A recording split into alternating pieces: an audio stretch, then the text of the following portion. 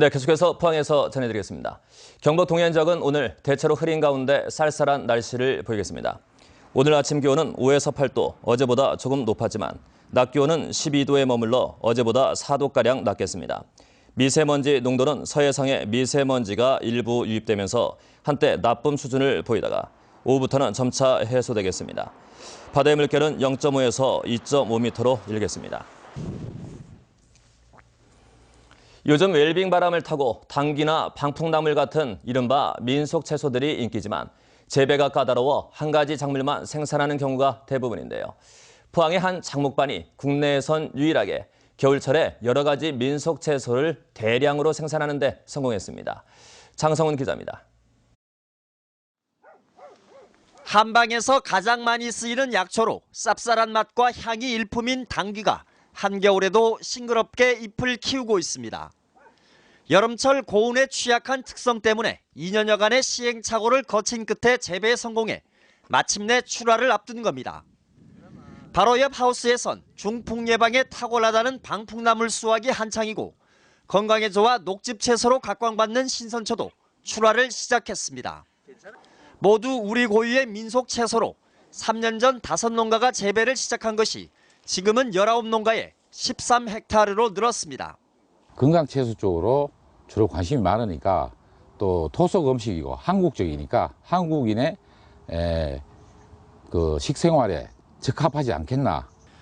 이곳에서 수확한 민속 채소들은 서울 가락시장으로 전량 높은 가격에 팔려나가는데 한겨울에는 없어서 못 팔 정도로 인기입니다. 산나물류인 민속 채소를 평지에서 그것도 겨울에 재배하기란 여간 힘든 게 아닌데 이 문제는 농업마이스터대학과의 활발한 기술 교류를 통해 해결했습니다. 여러 가지 품목들을 할 수 있는 그래서 전국 유일한 작목반으로서 수익성도 괜찮고 안정적인 농가 소득이 될 수 있는 전국 최다 품종의 최대 규모의 민속 채소 재배 단지로 유명해지면서 요즘은 견학을 오는 농민들이 줄을 잇고 있습니다. 이렇게 대규모로 재배하니까 놀랍습니다. 저도 한번 해보고 싶습니다. 끊임없이 새로운 종류의 채소 재배에 도전하는 농민들의 열정이 포항을 민속 채소의 중심지로 만들어가고 있습니다. MBC 뉴스 장성훈입니다. 해양수산부 동해업관리단은 바다 위에서 응급 환자가 발생한 경우 기동의료팀이 탄 국가업 지도선이 현장으로 출동해 치료해주는 바다 위의 응급실을 운영한다고 밝혔습니다. 바다 위의 응급실은 공중보건의사와 의료직 공무원으로 운영되며 낙도와 벽지에 대한 의료 서비스도 제공해 나갈 계획입니다. 해양수산부는 지난 2009년부터 운영해온 해상기동의료지원팀을 확대 개편해 이번에 바다 위의 응급실을 출범시켰다고 설명했습니다. 지난해 도내 65살 이상 노인 인구의 76.9%가 기초연금을 받았으며 1인당 평균 금액은 18만여 원으로 나타났습니다.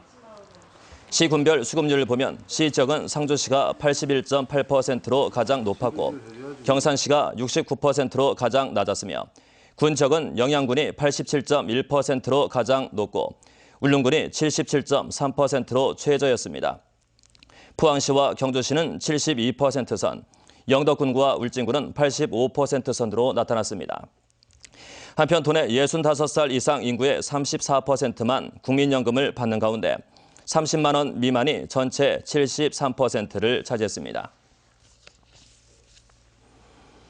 경주시가 독립생가 건립을 위해 올해부터 31억 원을 들여 부지 매입 등 본격적인 사업을 시작합니다. 독립생가는 1,400여 제곱미터 규모로 본체와 사랑채, 디딜 방앗간 등의 시설을 오는 2018년까지 새롭게 조성할 계획입니다. 한편 경주시는 독립생가 건립 사업으로 독립선생의 문학정신을 기리고 새로운 문학기행 코스로도 개발할 계획입니다. 산림청은 5월 말까지 전국적으로 지자체 공무원 등 1,200여 명을 투입해 산나물 불법 채취와 무허가 입산을 집중 단속합니다. 특히 인터넷이나 SNS 등으로 정보를 공유해 입산하는 모집 산행과 날씨가 풀리면서 유행하고 있는 야간 산행, 비박을 중점 단속합니다. 네, 이상으로 MBC 뉴스를 마칩니다. 감사합니다.